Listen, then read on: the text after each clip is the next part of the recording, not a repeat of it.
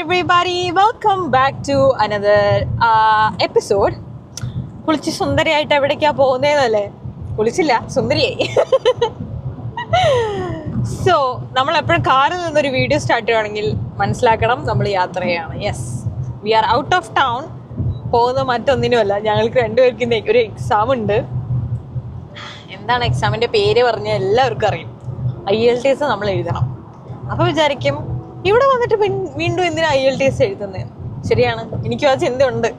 നാട്ടിൽ നിന്ന് നമ്മൾ ഇതുപോലൊരു ഇംഗ്ലീഷ് സ്പീക്കിംഗ് കൺട്രിയിലേക്ക് വരുന്ന സമയത്ത് കൊടുക്കുന്ന എക്സാമാണ് IELTS. ബട്ട് അതുപോലെ തന്നെ നമ്മൾ ഇവിടെ നിന്ന് 1 year എക്സ്പീരിയൻസ് ഒക്കെ ആയി PR പെർമനൻറ്റ് റെസിഡൻസിന് അപ്ലൈ ചെയ്യുന്ന സമയത്ത് നമ്മൾക്ക് ഇതുപോലെ വീണ്ടും ഒരു ഇംഗ്ലീഷ് ടെസ്റ്റ് കൊടുക്കണം. അതാണ് ഒരു ബെഞ്ച് മാർക്ക് എന്ന് വെച്ച് കഴിഞ്ഞാൽ നമ്മൾ അതിൽ സ്കോർ ചെയ്യുന്നതിന് അടിസ്ഥാനമാക്കിയൊക്കെ നമ്മളുടെ CR സ്കോർ കൗണ്ട് ചെയ്യുന്നത്. So it is almost time for me. ഇപ്പോൾ ജോലിയിൽ കയറിയിട്ട് 1 വർഷം ഞാൻ ആയില്ല, ബട്ട് ഈ കാര്യങ്ങളൊക്കെ ഞാൻ ചെയ്തു വെക്കുകയാണ്. So I am just gathering all my documents. ഇന്നിപ്പോൾ IELTS എക്സാം ഉണ്ട്. നമ്മൾ ഓൾറെഡി വെസ്സിന് വേണ്ടി അപ്ലൈ ചെയ്തു. അതിൻ്റെ പ്രോസസ്സൊക്കെ നാട്ടിൽ നടക്കുന്നു. നമ്മൾ രണ്ടുപേരുടെയും 2 യൂണിവേഴ്സിറ്റിയാണ്. ഞാൻ കാലിക്കറ്റ് യൂണിവേഴ്സിറ്റി, തക്കുൻ്റെ ആണെങ്കിൽ കേരള യൂണിവേഴ്സിറ്റി. എനിക്ക് തോന്നുന്നു പിന്നെയും മെച്ചം എൻ്റെ യൂണിവേഴ്സിറ്റി ആണെന്ന് തോന്നുന്നു. കാരണം കൊടുത്തു, അവർ തന്നെ പറഞ്ഞു തന്നു എന്താ ചെയ്യേണ്ടതെന്ന്. ഞാൻ ഏജൻസി വഴിയൊന്നും അല്ല ചെയ്തത്. ഞാൻ എൻ്റെ വീട്ടിൽ നിന്നാണെങ്കിൽ അനിയൻ നേരിട്ട് പോയി, തക്കുൻ്റെ വീട്ടിൽ നിന്നാണെങ്കിൽ തക്കുൻ്റെ ചേച്ചി നേരിട്ട് പോവുകയാണ് ചെയ്തത്. നമ്മൾ തന്നെയാണ് അപ്ലൈ ചെയ്തത്, ഏജൻസി വഴി വെച്ചില്ല. അന്വേഷിച്ചപ്പോൾ 12,000 രൂപ അവർക്ക് കെട്ടി വെക്കണമെന്ന് പറഞ്ഞു. അപ്പോൾ പിന്നെ വേണ്ട എന്ന് പറഞ്ഞിട്ട് നമ്മൾ ഒറ്റയ്ക്കാണ് ചെയ്തത്. ഇവിടെ നിന്ന് അപ്ലൈ ചെയ്തു. പിന്നെ യൂണിവേഴ്സിറ്റിയിൽ പോയി. യൂണിവേഴ്സിറ്റിയിൽ നിന്ന് എന്താണ് കാലിക്കറ്റ് യൂണിവേഴ്സിറ്റി പോയപ്പോൾ പറഞ്ഞു 2 ആപ്ലിക്കേഷൻ ഉണ്ട്, അതിൽ ഏതാ വേണ്ടതെന്ന് ചോദിച്ചു. അത് ഓക്കെ ആക്കി. അവർ പ്രോസസ്സ് ചെയ്യുന്ന സമയത്ത് 2-3 ദിവസം മുമ്പ് എനിക്ക് മെയിൽ ചെയ്തിരുന്നു. അതായത് നെയിം കറക്ഷനും അഡ്രസ് കറക്ഷനും. കാരണം എൻ്റെ നാട്ടിൽ പേര് അശ്വിനി M എന്ന് മാത്രമേ ഉള്ളൂ. നമ്മൾ ഇങ്ങോട്ട് വരുന്ന സമയത്ത് നമ്മളുടെ പാസ്പോർട്ടിൽ നെയിം എക്സ്റ്റെൻഡ് ചെയ്യും. M എന്നുള്ള ഇനീഷ്യൽ നമ്മുടെ അച്ഛൻ്റെ പേര് ഫുള്ളായിട്ട് എക്സ്റ്റെൻഡ് ചെയ്യും. അത് എൻ്റെ മാത്രം പ്രശ്നമല്ല, അപ്പോൾ ഇവിടെയുള്ള എല്ലാവരുടെയും പ്രശ്നമാണ്. കാരണം ഇങ്ങനൊരു നെയിം ചേഞ്ച് വരുന്നുണ്ട്. അപ്പോൾ ആ നെയിം ചേഞ്ചും അഡ്രസ് ചേഞ്ചിങ്. കാരണം ഇവിടെ നമ്മളുടെ പുതിയ, അതായത് നാട്ടിലുള്ള SSLC സർട്ടിഫിക്കറ്റിലാണെങ്കിലും ബാക്കിയുള്ള ഐഡൻറ്റിഫിക്കേഷൻ പ്രൂഫിലൊക്കെ ആണെങ്കിൽ നാട്ടിലെ അഡ്രസ്സല്ലേ. അപ്പോൾ ഇവിടുത്തെ അഡ്രസ്സും അപ്ഡേറ്റ് ചെയ്യാൻ വേണ്ടിയിട്ട് എന്ത് ചെയ്യണം, ഒരു ചലാനും കൂടെ അടയ്ക്കണം എന്ന് പറഞ്ഞിട്ട് ഇന്നലെ എനിക്കൊരു മെയിൽ വന്നിട്ടുണ്ടായിരുന്നു. അത് ചെയ്തു, സബ്മിറ്റ് ചെയ്തു. അപ്പോൾ അവിടെ നിന്ന് എടുക്കാൻ ടൈം എടുക്കും. അവരത് പ്രോസസ്സ് ചെയ്തിട്ട് നമ്മുടെ ആർക്ക് കൊടുക്കണം, വെസ്സിലേക്ക് കൊടുക്കണം. വെസ്സിൻ്റെ ഓഫീസ് ഇവിടെ ഇരിക്കുന്നത് ടൊറൻറ്റോയിലാണ്. അവരുടെ കയ്യിൽ കിട്ടിയാൽ അവരത് പ്രോസസ്സ് ചെയ്തിട്ട്, ട്രാൻസ്ക്രിപ്റ്റ് പ്രോസസ്സ് ചെയ്തിട്ട് ഇമിഗ്രേഷനിലേക്ക് അയക്കും. So it is time consuming. അപ്പോൾ നമ്മൾ മുൻകൂട്ടി ഈ കാര്യങ്ങളൊക്കെ ചെയ്യുന്നു. അതുപോലെ തന്നെ ഇന്ന് IELTS എക്സാമാണ്. ഒരു 2 ആഴ്ച മുമ്പാണ് രജിസ്റ്റർ ചെയ്തത്. പഠിക്കണം എന്ന് നല്ല ആഗ്രഹമൊക്കെ ഉണ്ടായിരുന്നു. ഞായറാഴ്ച വിചാരിച്ചു ശനിയാഴ്ച വിചാരിച്ചു ഞായറാഴ്ച പഠിക്കാതെ. ഞായറാഴ്ച പിന്നെ നടന്നില്ല. പിന്നെ തിങ്കളാഴ്ച പഠിക്കാതെ. അങ്ങനെ പറഞ്ഞ് ഇന്ന് വ്യാഴാഴ്ചയാണ്. ഇന്നലെയാണ് ഞാൻ ഒരു മോക്ക് ടെസ്റ്റ് ചെയ്തത്. രാവിലെങ്കിലും പിന്നെ അതിന് മുമ്പ് എപ്പോഴോ ഒരു തവണ ചെയ്തിട്ടുണ്ട്. ഞാൻ ഇന്നലെ എല്ലാം ചെയ്ത് കഴിഞ്ഞിട്ട് നോക്കുമ്പോഴാണ് അക്കാഡമിക്ക് പോയി ഞാൻ ചെയ്തു. അക്കാഡമിക് എന്ന് പറഞ്ഞു കഴിഞ്ഞാൽ 2 കാറ്റഗറി ഉണ്ട് IELTS. നാട്ടിൽ നിന്ന് വരുന്നവർക്ക് അക്കാഡമിക്കും, ഇവിടെ നിൽക്കുന്നവർക്ക് ജനറൽ കാറ്റഗറിയാണ്. ഞാൻ പോയി അക്കാഡമിക്ക് ചെയ്തു. കുറച്ച് കടുപ്പം കൂടുതലായിരുന്നു. പഠിക്കാൻ വരുന്നവർക്ക്, നാട്ടിൽ നിന്ന് പഠിക്കാൻ വരുന്നവർക്ക് അക്കാഡമിക്, ഇവിടെ നിൽക്കുന്നവർക്ക് ജനറലും, അങ്ങനെയാണ്. അപ്പോൾ ഞാൻ പോയി അക്കാഡമിക് എഴുതി. കുറച്ച് സീനായിരുന്നു. മാർക്ക് കാണുമ്പോൾ എനിക്ക് പേടിയായി തോന്നി. അപ്പോൾ വലിയ പ്രിപ്പറേഷനൊന്നും ഇല്ല. ഇന്ന് എന്തായാലും 2 കൽപ്പിച്ച് എക്സാമിന് പോവുകയാണ്. കുറച്ചധികം രൂപ ഇതിനു വേണ്ടി സ്പെൻഡ് ചെയ്യും. നമ്മൾ നാട്ടിൽ നിന്നാണെങ്കിലും അറിയാമല്ലോ IELTS എഴുതാൻ എത്ര രൂപയാവുന്ന. സോ വീണ്ടും നമ്മൾ 2 പേരും എഴുതണം കേട്ടോ. നമ്മൾ ആരൊക്കെയാണോ PR സബ്മിറ്റ് ചെയ്യുന്നത് അവരെല്ലാവരും ഈ ടെസ്റ്റ് എഴുതേണ്ടത് അത്യാവശ്യമാണ്. അപ്പോൾ ലിസണിങ് ഉണ്ട്, റീഡിംഗ് ഉണ്ട്, റൈറ്റിംഗ് ഉണ്ട്, സ്പീക്കിംഗ് ഉണ്ട്. 40 എല്ലാത്തിൻ്റെയും മാർക്ക്. ഇന്ന് തന്നെ നമ്മൾ കമ്പ്യൂട്ടർ ടെസ്റ്റാണ് പറഞ്ഞിരിക്കുന്നത്. അപ്പോൾ ഇന്ന് തന്നെ നമുക്ക് സ്പീക്കിങ്ങും ഉണ്ട്. ആഫ്റ്റർനൂൺ ഞങ്ങൾക്ക് 2 പേർക്ക് സ്പീക്കിംഗ് ടെസ്റ്റ് കൂടെ ഉണ്ട്. ഞങ്ങളുടെ ലിസണിങ്, റീഡിങ്ങും റൈറ്റിംഗ് ടെസ്റ്റും എഴുതി വന്നിരിക്കുകയാണ്. അടുത്ത് തന്നെ ഒരു 1/2 hour എനിക്ക് സ്പീക്കിംഗ് ഉണ്ട്. എൻ്റെ സ്പീക്കിംഗ് കഴിഞ്ഞത് രാഹുലിൻ്റെ സ്പീക്കിംഗ് ഉണ്ട്. അതൊരു 10-15 മിനിറ്റിൻ്റെ ഡ്യൂറേഷനേ ഉള്ളൂ. 20 മിനിറ്റ് ആർക്ക്? ഒരാൾക്കൊന്നും 20 മിനിറ്റ് ഇല്ല. 11 to 14 minutes എന്നാണ് കാണിച്ചത്. ഒരാൾക്ക് 20 മിനിറ്റാണ് ടൈം അലോട്ട് ചെയ്തേക്കുന്നത്. സോ ടൈം അലോട്ട് ചെയ്തിരിക്കുന്ന അത്ര സമയം. അപ്പം ലിസണിങ് സ്കില്ല് മറ്റേത് കഴിഞ്ഞു. ലിസണിങ് എങ്ങനെ ഉണ്ടായിരുന്നു? തൊക്കിന് കുഴപ്പമില്ലായിരുന്നു. പറ. 40 മാർക്കിനാണ് ക്വസ്റ്റ്യൻ. എനിക്ക് ചിലത് മാച്ച് ദ ഫോളോയിങ് ഉണ്ടായിരുന്നു,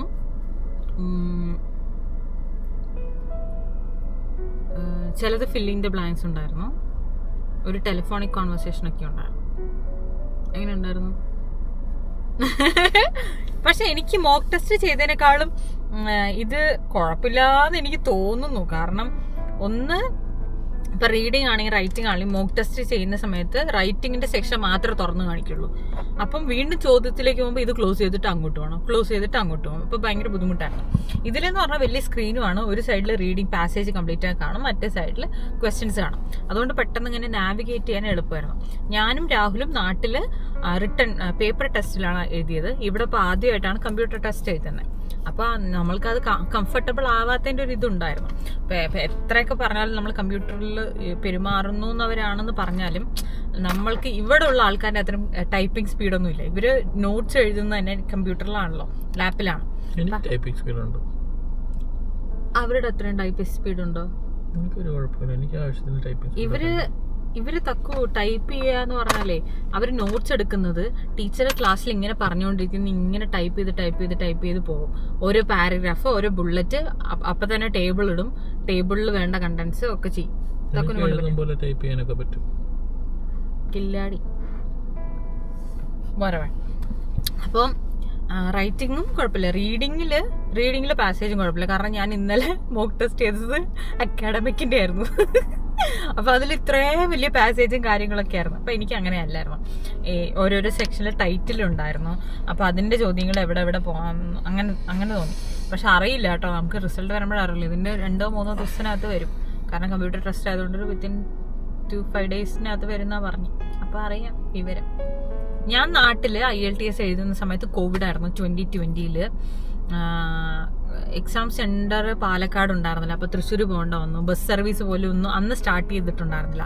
ഒരേ ഒരു KSRTC മാത്രമേ ഒരു എല്ലാ ദിവസവും പാലക്കാട് നിന്ന് തൃശ്ശൂർ പോകുന്നുള്ളൂ. അപ്പൊ അത് പിടിച്ച് കയറിയിട്ടാണ് ഞാൻ പോയത്. ഈവൻ കാനഡയിലേക്ക് വരുന്നു എന്ന് തീരുമാനിച്ചതിന് ശേഷം ഞാൻ പാസ്പോർട്ട് എടുത്തത്. അപ്പൊ പാസ്പോർട്ട് എടുക്കാനും അന്ന് പാലക്കാട് ഏത് സെന്റേഴ്സ് ഓപ്പൺ അല്ലായിരുന്നു. അപ്പൊ തൃശ്ശൂർ പോയിട്ട് എനിക്ക് എടുക്കേണ്ട വന്നു. അപ്പോൾ രാഹുലാണ് IELTS ആദ്യം ക്ലാസ്സിന് ജോയിൻ ചെയ്ത്. ഞങ്ങൾ രണ്ടുപേരും ഓൺലൈനായിട്ടാണ് ചെയ്ത്. എന്നിട്ട് ഞാൻ ക്ലാസ്സിന് ജോയിൻ ചെയ്തു. ഞാൻ ക്ലാസ് കഴിഞ്ഞതും വിത്തിൻ 2 ഡേയ്സ് ഞാൻ എക്സാമിന് അപ്പിയർ ചെയ്തു. ബട്ട് എൻ്റെ ക്ലാസ് കഴിഞ്ഞിട്ട് അതായത് 1 മാസം കഴിഞ്ഞിട്ടാണ് രാഹുലിന് അപ്പിയർ ചെയ്തത്. അപ്പം ഞാനിങ്ങനെ ഓർക്കുമായിരുന്നു, ഇപ്പോൾ സ്പീക്കിംഗ് ടെസ്റ്റൊക്കെ വന്നപ്പം അന്ന് രാത്രി സമയങ്ങളിൽ വി വർ സീക്രറ്റ്ലി ഡേറ്റിംഗ്. അപ്പം ഞങ്ങൾ രാത്രി ഇങ്ങനെ പ്രാക്ടീസ് ചെയ്യായിരുന്നു സ്പീക്കിംഗ്. ഇപ്പോൾ രാത്രി വിളിക്കുന്ന സമയത്ത് നമ്മൾ വീഡിയോ കോളിലൂടെ ഇങ്ങനെ ചോദ്യങ്ങളൊക്കെ ചോദിക്കുന്നത്. പക്ഷെ തക്കൊരു ഇതൊന്നും ഓർമ്മയില്ല എന്ന് പറയണം, അത്ഭുതം. അപ്പം അങ്ങനെ ആയിരുന്നു ഞങ്ങളുടെ ആദ്യത്തെ IELTS അനുഭവം. അന്ന് കുഴപ്പമില്ലായിരുന്നു. ലിസണിങ് ഒക്കെ അന്ന് ലിസണിങ് എനിക്ക് അന്നത്തെ ഒരു ടെസ്റ്റ് ഇത്തിരി പാടുണ്ടായിരുന്നു. അതുമാത്രം ലിസണിങ് ഭയങ്കര പ്രതീക്ഷയോടെ പോയിട്ട് ലിസണിങ്ങിന് അത്ര സ്കോർ ചെയ്യാൻ പറ്റില്ല. ബട്ട് അറിയില്ല, ഇപ്പൊ നമ്മൾക്ക് ഇവിടെ ഒരു ഇംഗ്ലീഷ് സ്പീക്കിംഗ് കൺട്രിയിൽ നിൽക്കുന്ന സമയത്ത് നമ്മളുടെ ലിസണിങ് സ്കില്ലും സ്പീക്കിംഗ് സ്കില്ലും ഇംപ്രൂവ് ചെയ്തിട്ടുണ്ട്. ബട്ട് അതേസമയം എന്തായാലും നാട്ടിൽ നമ്മള് ഇന്ത്യൻ ആക്സെന്റ് വെച്ചുകൊണ്ട് സംസാരിച്ച പോലെ അല്ലെങ്കിൽ അത്രയും കടന്ന് ബ്രിട്ടീഷ് ആക്സെന്റ് അല്ല, ഞാൻ കനേഡിയൻ ആക്സെന്റിലാണ് സംസാരിച്ചത്.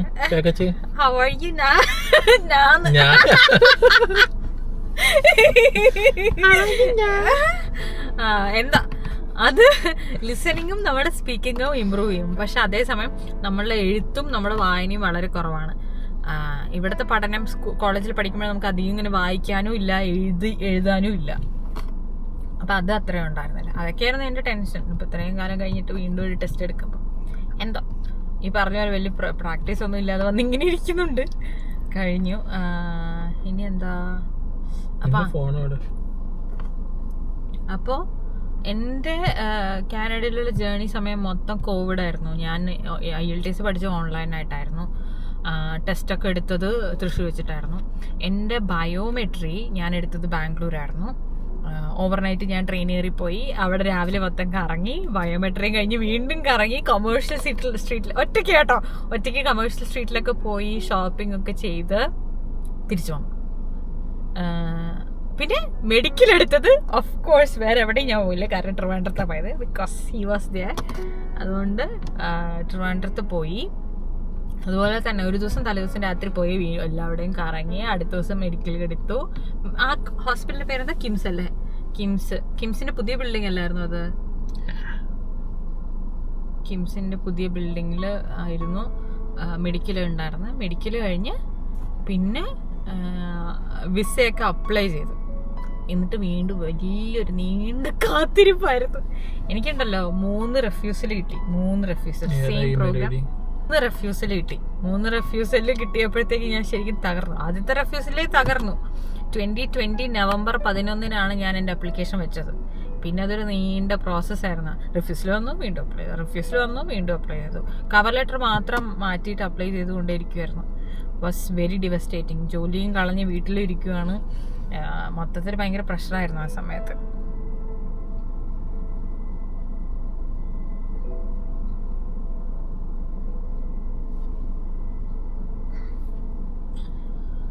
അങ്ങനെ 2022 മെയ്യിലാണ് എനിക്ക് പിന്നെ എന്ത് വരുന്നത്, വിസ അപ്രൂവൽ വരുന്നത്. അപ്പോഴത്തേക്കും 1.5 വർഷം പോയി അതിന് വേണ്ടിയിട്ട്. അപ്പോഴത്തെ ആ സമയത്തൊക്കെ എനിക്ക് ഭയങ്കര ടെൻഷനും ഭയങ്കര എനിക്ക് ആലോചിക്കാൻ ആഗ്രഹിക്കാത്തൊരു സമയമാണ്. അപ്പോൾ വീട്ടിലിങ്ങനെ വെറുതെ ഇരുന്ന് ഞാൻ ആലോചിച്ചിട്ടുണ്ട്, ഇങ്ങോട്ടെങ്കിൽ വന്നാൽ മതിയായിരുന്നു, ഒരു ഓപ്പർച്യൂണിറ്റി എനിക്ക് തന്നാൽ മതിയായിരുന്നു.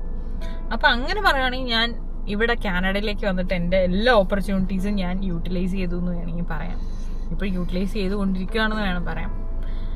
അപ്പം അങ്ങനെയായിരുന്നു ഞങ്ങളുടെ കനേഡിയൻ എൻട്രൻസ് അല്ല, ഇമിഗ്രേഷൻ അല്ലേ തക്കു ഏത് വർഷം വന്ന്? 2021 ഒക്ടോബറിൽ വന്നു. 2021 സെപ്റ്റംബർ ഇൻടേക്ക് ഇവർക്ക് ഓൺലൈനായിട്ടൊരു ഓപ്ഷൻ കൊടുത്തിട്ടുണ്ടായിരുന്നു. അപ്പോൾ വിസ വന്നില്ല. എന്നിട്ടും കോളേജിൽ വിസ റിജക്ട് ചെയ്തു. അത് കേട്ടെ. വിസ റിജക്ട് ചെയ്ത് ഏത് മാസം? ഓഗസ്റ്റ് മാസമോ ജൂണോ ജൂലൈയില് വിസ റെഫ്യൂസൽ വന്നു. സെപ്റ്റംബർ 5 ഒക്കെ ആയിട്ട് ഇവിടെ ക്ലാസ് സ്റ്റാർട്ട് ചെയ്യും. എന്നിട്ട് വീണ്ടും അപ്ലൈ ചെയ്തു. അപ്ലൈ ചെയ്യുന്ന കൂട്ടത്തിൽ തക്കു ഇവിടെ കോളേജിൽ അഡ്മിഷൻ എടുത്തു. അതായത് ആ എൻറോൾ ചെയ്തു. ആ പ്രോഗ്രാം 2022 സെപ്റ്റംബറിൽ എൻറോൾ ചെയ്തു. ക്ലാസ് പഠിക്കാൻ തുടങ്ങി. അപ്പൊ സെപ്റ്റംബർ ഒരു ഫസ്റ്റ് വീക്കിലാണ് വന്നത് അല്ലേ? വിസ എപ്പോഴും അപ്രൂവ് ആയ? ഒക്ടോബർ പകുതിക്ക് തുടക്കത്തിൽ. ഒക്ടോബർ 15 നീ ഇവിടെ ഇല്ലേ? അല്ല, നവംബർ ഒക്ടോബർ 27 ഇങ്ങോട്ട് കയറിയത്. ഫസ്റ്റ് മിഡ് ടേം ബ്രേക്കിനല്ലേ? ബ്രേക്കിന് എനിക്ക് ഓർമ്മയുണ്ട്. ഫസ്റ്റ് മിഡ് വീക്ക് ഇല്ലേ, റീഡിംഗ് വീക്ക് എന്തായാലും ക്ലാസ് തുടങ്ങിയ ഇടയിലാണ് ഞാൻ വന്നത്. അപ്പൊ ഇവിടെ ക്വാറന്റൈൻ ഉണ്ടായിരുന്നു? വന്നതും ഇല്ല, എനിക്കില്ലായിരുന്നു. അത് വരെ ഉണ്ടായിരുന്നു. തക്കുവിന്റെ ആ ഇൻടേക്ക് മുതൽ ക്വാറന്റൈൻ എടുത്തു കളഞ്ഞു. അതിനു മുമ്പ് വന്ന പിള്ളേരൊക്കെ ഇവിടെ വന്ന് 1 മാസം ക്വാറന്റൈനിലൊക്കെ മാറി നിൽക്കണ്ടായിട്ടോ. അങ്ങനെ 1 മാസം 2 ആഴ്ച. 2 ആഴ്ചയാണോ? 2 ആഴ്ച. പക്ഷെ എനിക്കിതൊന്നും വേണ്ടി വന്നില്ല. ഒരു കണക്കിന് നോക്കുവാണെങ്കിൽ ആ ഒരു ഫേസ് എനിക്കിവിടെ വന്നിട്ട് ഒറ്റയ്ക്ക് വന്നിട്ട് ജോലിയില്ല, ക്വാറന്റൈൻ, അങ്ങനെ വലിയ എക്സ്പെൻസ് ഒന്നും ഇല്ല. ബട്ട് എൻ്റെ വർഷം പോയി. അതായിരുന്നു എനിക്ക് ഏറ്റവും വലിയ സങ്കടം. ബട്ട് എന്തായാലും എല്ലാം സംഭവിക്കുന്നതെല്ലാം നല്ലതിന് അല്ലേ? 1 വർഷം കഴിഞ്ഞ് ഞാൻ കൂടെ വന്നപ്പോ എന്ത് തോന്നി രാഹുൽ?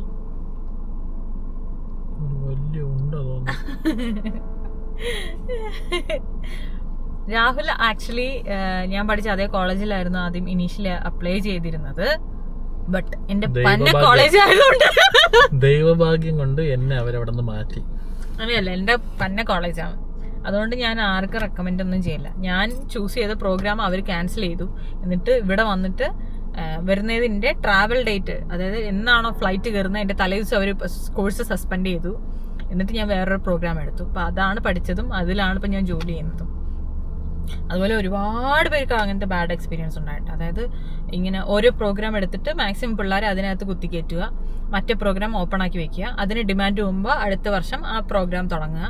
അപ്പം മൊത്തത്തിലൊരു ബിസിനസ്സാണ്. ഇവിടെ ഇന്റർനാഷണൽ സ്റ്റുഡൻസ് കൊണ്ടുവരുന്ന തുക വളരെ വളരെ വലുതാണ്. ഇവിടുത്തെ എക്കണോമി തന്നെ റൺ ചെയ്യുന്നത് ഇവിടുത്തെ ഇന്റർനാഷണൽ സ്റ്റുഡൻസ് കൊണ്ടുവരുന്ന പൈസയിലാണ്.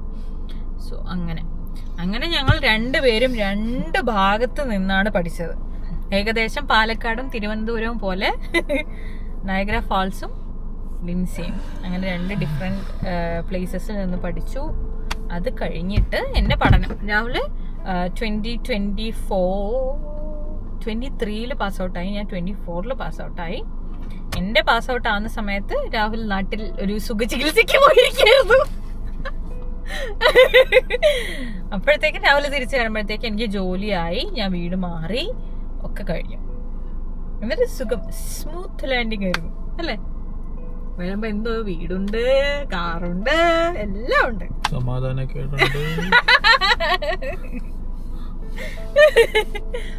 അങ്ങനെയൊക്കെ.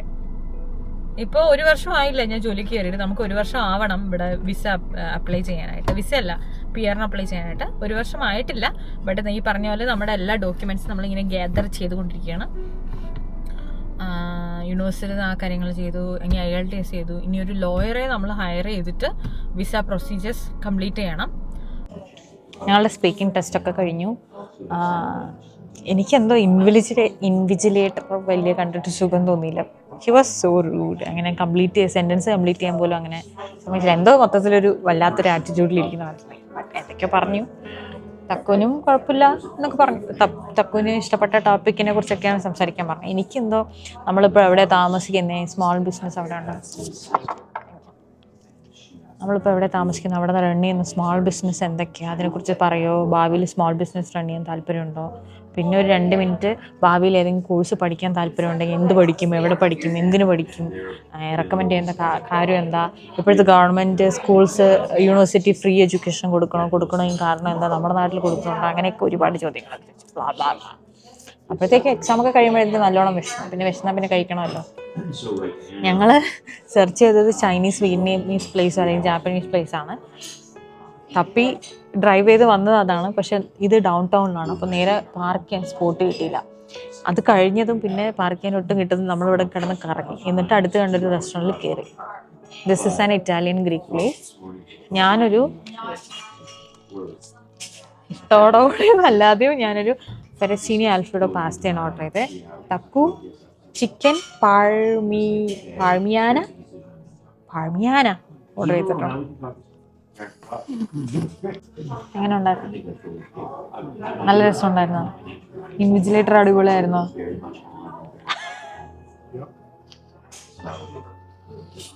എനിക്ക് തോന്നുന്നു ഇതൊരു ഓൾഡ് പ്ലേസ് ആണ്. അവിടെ വലിയ കുറേ ആൾക്കാരൊന്നുമില്ല. എനിക്ക് തോന്നുന്നു റെഗുലറായി വരുന്ന കുറേ ആൾക്കാർ അവിടെ ഇരിക്കുന്നുണ്ട്. പക്ഷെ ഇത് വലിയ റെസ്റ്റോറൻറ്റ്. വീക്കെൻഡ്സ് നല്ല തിരക്കുണ്ടാവുമായിരിക്കില്ല.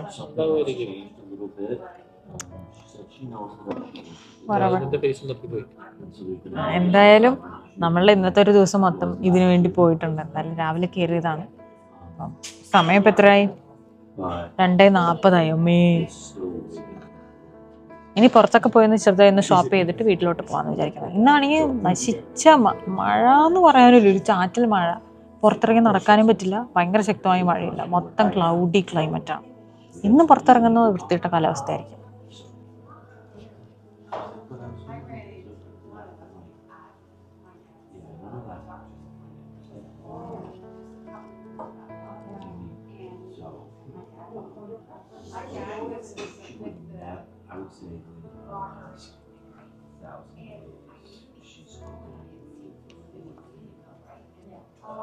ഇതാണ് എൻ്റെ ആൽഫ്രെഡോ പാസ്ത. ഞാൻ മഷ്റൂം മാത്രമേ പറഞ്ഞുള്ളൂ, ചിക്കനൊന്നും പറഞ്ഞില്ല. തക്കുൻ്റെ എന്താണത്, പാഴ്മിയാന. നോക്കി എൻ്റെ ഗാർലിക് ബ്രെഡ് എടുത്ത് കഴിച്ചുകൊണ്ടിരിക്കുകയാണ്. എനിക്ക് ഫിനിഷ് ചെയ്യാൻ പറ്റുന്നില്ല. സോ ഒരു ടേക്ക് ഔട്ട് കണ്ടെയ്നർ ചോദിച്ചിട്ട് നമുക്കിത് പാക്ക് ചെയ്യാം.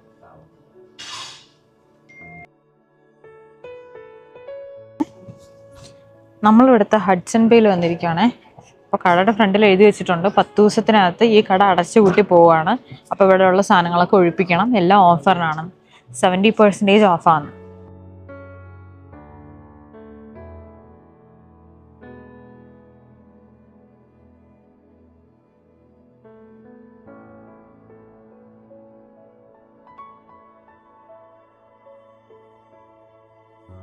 പാക്കറ്റും കിട്ടിയില്ല. നമ്മള് ഭക്ഷണമൊക്കെ കഴിച്ചിട്ട് ഒരു മോളിൽ കയറി H&M പോയി നോക്കി. നല്ലൊരു ഡ്രസ്സ് എടുക്കാന്ന് വിചാരിച്ചിട്ട് സമ്മർ ഡ്രസ്സ് എടുക്കാൻ നോക്കിയിട്ടാ പോയെ. എനിക്ക് എന്താ അറിയില്ല, H&M എനിക്ക് അത്ര അങ്ങോട്ട് ഇഷ്ടപ്പെടുന്നില്ല. പിന്നെ ആർഡിനിൽ കയറി, വേറെ എവിടെയൊക്കെ കയറി, ഏരിയയിൽ കയറി. ഡ്രസ്സിങ് ഒന്നും നടന്നില്ല. ബട്ട് ഞാൻ സ്പോർട്സ് ചെക്കിൽ പോയിട്ട് ഇതുപോലൊരു ക്യാപ്പ് വാങ്ങിച്ചു. നൈസ്. ഇപ്പൊ ഞാൻ എന്റെ ഷോപ്പിംഗ് സ്ട്രാറ്റജി എന്താന്ന് വെച്ച് കഴിഞ്ഞാൽ, ഞങ്ങൾക്ക് രണ്ടുപേർക്കും കോമൺ ആയിട്ട് യൂസ് ചെയ്യാൻ പറ്റുന്ന നല്ല യൂണിസെക്സ് സാധനങ്ങൾ വാങ്ങിക്കുക. ഓക്കെ, അപ്പൊ ഞങ്ങൾക്ക് ഷെയർ ചെയ്യാൻ പറ്റും. ഇന്ന് സത്യത്തിൽ ഞങ്ങളുടെ പ്ലാൻ എന്താന്ന് വെച്ച് കഴിഞ്ഞാൽ, IELTS എക്സാം കഴിഞ്ഞിട്ട് വണ്ടർലാൻഡിലേക്ക് പോകാനായിരുന്നു. പക്ഷേ കാലാവസ്ഥ ഒട്ടും അനുയോജ്യമല്ലാത്തതുകൊണ്ട് കുറച്ച് ആവശ്യത്തിനുള്ള കുറച്ച് ഷോപ്പിംഗ് ഒക്കെ ചെയ്തിട്ട് പിന്നെ തിരിച്ചു മടങ്ങേണ്ടി വന്നു. അപ്പൊ ഇന്നത്തെ വീഡിയോ ഇത്രേ ഉള്ളൂ guys. Hope you like this video. നിങ്ങളുടെ അഭിപ്രായങ്ങളും നിർദ്ദേശങ്ങളും എപ്പോഴത്തെയും പോലെ കമന്റ് ബോക്സിൽ അറിയിക്കുക. I'll see you guys in my comment box. പുതിയൊരു വീഡിയോ കാണുന്നവരെ ബൈ.